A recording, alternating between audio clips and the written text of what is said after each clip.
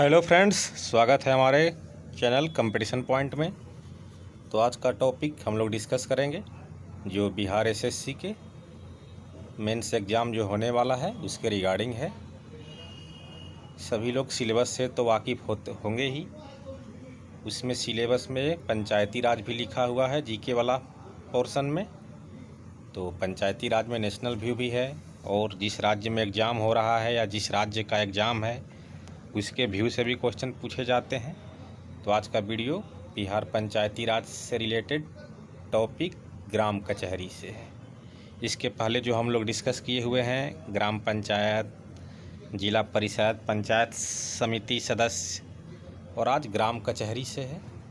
देखते हैं उसमें क्या क्या चीज़ क्वेश्चन में आ सकते हैं एग्ज़ाम में और जो हम लोग के लिए जानकारी आवश्यक है। तो वीडियो को शुरू करते हैं।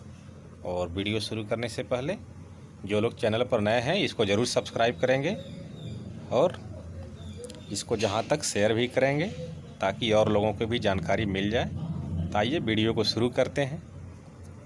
पहला ही क्वेश्चन है, किसी स्थानीय क्षेत्र को जिसमें कोई गांव या निकटस्थ गांव के समूह या उसका कोई भाग को ग्राम पंचायत क्षेत्र घोषित करने का अधिकार किसको है।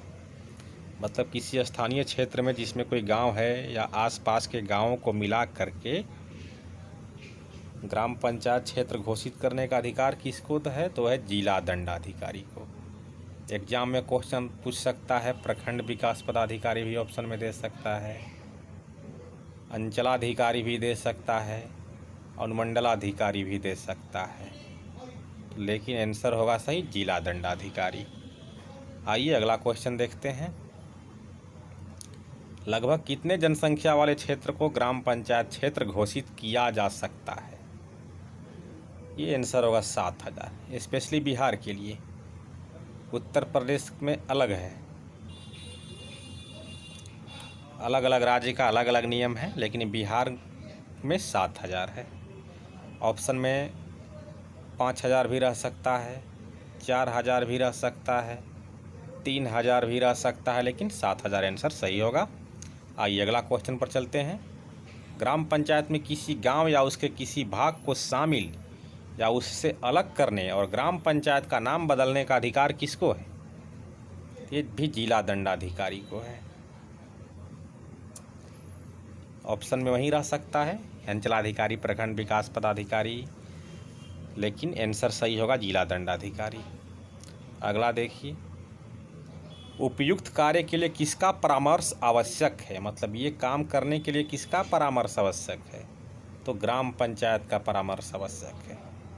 जैसे ग्राम पंचायत, जैसे कैमूर जिला में कुल, एग्जाम्पल दे रहे हैं किसी एक पार्टिकुलर जिला का, तो उसमें कुल 151 पंचायत है और कैमूर जिला में टोटल 12 ब्लॉक है, जिसमें से सबसे मशहूर ब्लॉक है भभुआ, और भभुआ ब्लॉक में कुल 22 पंचायत है। इसी तरह से अलग अलग ब्लॉक में अलग अलग पंचायतें हैं। जैसे चैनपुर में 15 पंचायत है, रामपुर ब्लॉक में तो और भी कम है, लेकिन भभुआ ब्लॉक में 22 पंचायत में एक पंचायत है बेतरी।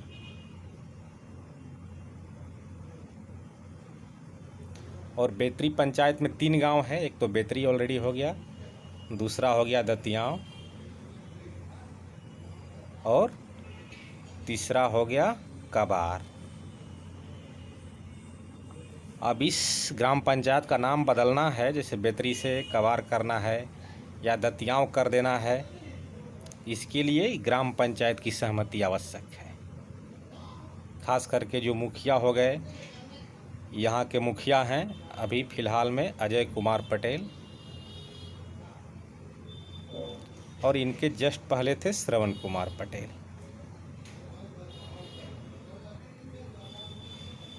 तो मुखिया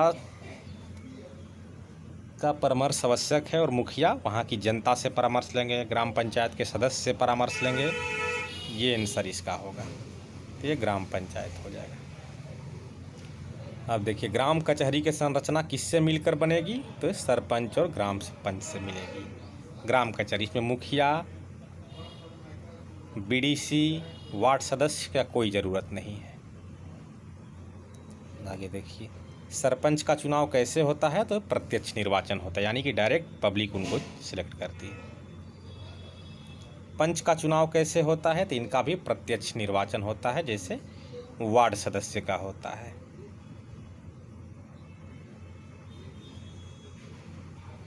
प्रत्येक पंच यथासंभव कितने जनसंख्या का प्रतिनिधित्व करते हैं, ये 500 का करते हैं।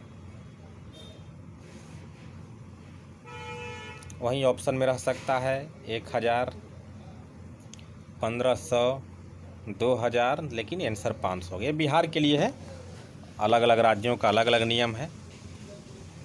यहाँ देखिए मृत्यु, त्यागपत्र, अयोग्यता, पदच्युति अथवा अन्य कारणों से सरपंच का पद कितने माह से कम अवधि के लिए रिक्त हो तो चुनाव नहीं कराया जाएगा, तो आंसर होगा 6 माह। जैसे पिछला बिहार में इलेक्शन हुआ था 2016 में, अब अगला हो जाएगा 2021 में। ये जनरली इलेक्शन होता है मई में, मानकर चला जाता है। तो ध्यान देने वाली बात है कि अगर किसी सरपंच का डेथ हो जाता है आपको नवंबर में, नवंबर 2020 जो अभी चल रहा है, यानी कि सरपंच का पद तो अब रिक्त हो गया, तब उनके लिए चुनाव नहीं कराया जा सकेगा, क्योंकि अगले 6 महीना यानी कि नवंबर से 6 महीना मई 2021 में चुनाव ऑलरेडी होने वाला है। अगर इनका डेथ अभी फ़िलहाल जो महीना जुलाई आने वाला है अभी हो जाता है, या किसी कारणवश जून जुलाई यानी नवंबर के पहले तक, अक्टूबर सितंबर जब भी वो पद खाली हो जाता है तो उसके लिए चुनाव कराया जा सकता है। और ये चुनाव बस अगले चुनाव होने तक ही होगा, उसके बाद फिर से नया चुनाव होगा, नया कैंडिडेट भाग लेंगे। और 6 महीना से कम के लिए खाली है तब तो चुनाव ही नहीं होगा। तो इनका प्रभार कौन संभालेगा, उप सरपंच। आगे क्वेश्चन में डिस्कस होगा, नहीं तो जानकारी के लिए देखा जा सकता है। उप सरपंच का चुनाव कैसे किया जाता है, तो ग्राम पंचायत के निर्वाचित पंचों में से बहुमत के द्वारा। जैसे बेतरी पंचायत में, जैसे एग्जाम्पल ये थे, तो कैमूर का एक पंचायत है भभुआ ब्लॉक का, इसमें 15 वार्ड है और 15 पंच हैं। ये अपने में मिल करके एक सरपंच चुनेंगे। जैसे 2-3 उम्मीदवार सरपंच में होंगे, 15 पंच में 3 लोग भाग लिए। अब किन्हीं को 3 लोग भाग लिए तो किन्हीं को 4 वोट मिला, किन्हीं को 6 मिला, किन्हीं को 5 मिला, तो ये 6 जिनको मिला है वो उप सरपंच बन जाएंगे। उप सरपंच के चुनाव में ग्राम पंचायत का सरपंच क्या होता है, तो मतदाता भी होता है। एक ग्राम पंचायत का सरपंच भी उसमें मतदाता होता है। ऑप्शन में एग्जाम में दे सकता है कि निम्नलिखित में से कौन सा कथन सही है। पहला ऑप्शन दे देगा उप सरपंच के चुनाव में ग्राम पंचायत का सरपंच मतदाता होता है। दूसरा में दे देगा मतदाता नहीं होता है। फिर तीसरा ऑप्शन में दे सकता है कि उपर्युक्त दोनों सही है। चौथा में दे सकता है इनमें से कोई नहीं है। तो मतदाता होता है, यही सही होगा। उप सरपंच के चुनाव में मतों की बराबरी होने की स्थिति में परिणाम किसके द्वारा निर्धारित किया जाता है, तो लॉटरी के द्वारा। जैसे बेदरी पंचायत में 15 पंच हैं, अगर वोट बराबरी हो जा रहा है, जो लोग भाग लिए हैं, तो लॉटरी के द्वारा निकाला जाता है। और वहीं लोकसभा विधानसभा में क्या होता है, वहाँ विधानसभा अध्यक्ष या लोकसभा अध्यक्ष अपना बहुमूल्य वोट देते हैं मतों की बराबरी हो जाने पर। लेकिन पंचायती राज का नियम अलग है, बिहार के लिए अलग है। अब उत्तर प्रदेश, झारखंड और ये राजस्थान, एमपी का यहाँ जिक्र नहीं है। वहाँ के लोग ये इस बात को दिमाग में नहीं रखेंगे।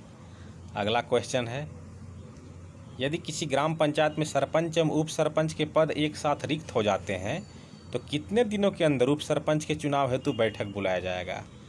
15 दिन के अंदर बैठक बुलाया जाएगा।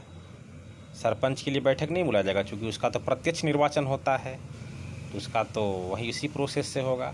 लेकिन उप सरपंच के लिए 15 दिन पहले बैठक बुलाया जाएगा। अगला क्वेश्चन देखिए, उपर्युक्त बैठक के लिए पंचों को कम से कम कितना दिन पहले सूचना दी जाएगी? तो 7 दिन पहले सूचना दी जाएगी। जैसे आज रिक्त हो गया 1 तारीख को, तो 15 दिन के अंदर बुलाना है, तो 8 तारीख तक सभी पंचों को सूचना भेज दिया जाएगा। अगला देखिए, उपर्युक्त बैठक की अध्यक्षता कौन करता है?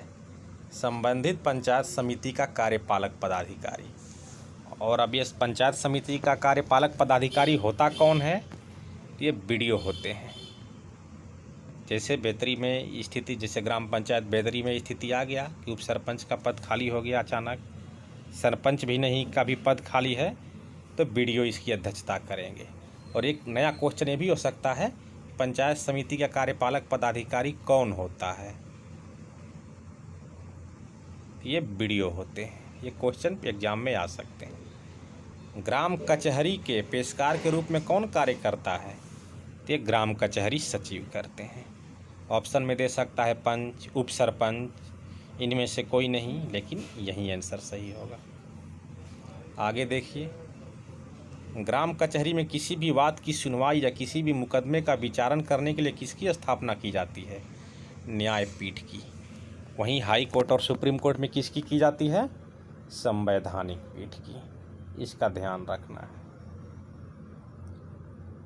किसी भी अपील की सुनवाई के लिए स्थापित ग्राम कचहरी की पूर्ण न्यायपीठ के गठन के प्रयोजनार्थ कितने पंचों से गणपूर्ति होगी? तो 7 पंच होना चाहिए। जैसे कि कोई फैसला आया, उसको पूर्ण न्यायपीठ में भेजना है, फुल बेंच में, तो उसमें कम से कम 7 पंच रहेंगे। वहीं संवैधानिक पीठ बैठता है, हाई कोर्ट में 3 का बैठता है, सुप्रीम कोर्ट में कम से कम 5 का, चाहे जो भी हो। इसी तरह से हमारे पंचायती राज में 7 पंचों से पूर्ति होगी। प्रत्येक वाद या मुकदमा साधारणतः दायर होने की तारीख से कितने दिनों के भीतर निपटा दिया जाएगा? 6 सप्ताह के भीतर निपटा दिया जाएगा। हमारे पंचायती राज में बिहार के ऐसा नियम बना हुआ है। अगला देखिए, ग्राम कचहरी की न्यायपीठ के निर्माण के संबंध पक्षकारों द्वारा कितने पंचों को नामित किया जाता है? तो 2 पंचों को नामित किया जाता है। ग्राम कचहरी की न्यायपीठ के निर्माण के लिए सरपंच द्वारा कितने पंचों को चुना जाता है? 2। न्यायपीठ के निर्माण के लिए 2 और पूर्ण न्यायपीठ, एक क्वेश्चन हम लोग देखे थे, तो यहाँ पर 7। इसका ध्यान रखना होगा। न्यायपीठ पूछे तो 2 और पूर्ण न्यायपीठ पूछे तो 7। ग्राम कचहरी की न्यायपीठ के निर्माण के लिए कितने पंचों को चुना जाता है? 2 हो गया है। ग्राम कचहरी की न्यायपीठ के निर्माण के लिए कम से कम कितना महिला सदस्य का होना अनिवार्य है? तो कम से कम 1 महिला सदस्य भी होना चाहिए, और महिला सदस्य तो होंगे ही। जैसे बेदरी पंचायत में 15 वार्ड है, यानी 15 पंच हैं, तो कम से कम 50% 7 से 8 महिला तो ज़रूर होंगी। तो एक उसमें से सिलेक्ट करना होगा।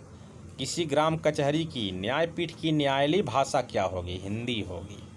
वहीं हम लोग हाई कोर्ट और सुप्रीम कोर्ट में जाएंगे तो इंग्लिश होती है। ये रहा ग्राम कचहरी के बहुमूल्य क्वेश्चन। उम्मीद है आप लोग को वीडियो बहुत पसंद आया होगा। ऐसी वीडियो शायद ही यूट्यूब पर मिले आप लोगों को। तो एक बार फिर से रिक्वेस्ट है कि चैनल को लाइक सब्सक्राइब भी करें और दोस्तों के बीच शेयर कीजिए। या तो इस वीडियो को आप लोग नोट्स भी बना सकते हैं, नहीं तो वीडियो को आप लोग बार बार देखिएगा तो ऑटोमेटिक ये सब चीज़ें माइंड में एडजस्ट कर जाएगा। और इसके पहले जो लोग पूरा वीडियो देखे हैं अब तक, डिस्क्रिप्शन में लिंक भी दिया हुआ है बिहार पंचायती राज का, उसको भी आप लोग देख लेंगे जो अभी तक वे लोग नहीं देखे हैं। तो मिलते हैं किसी नए वीडियो में, तब तक के लिए धन्यवाद।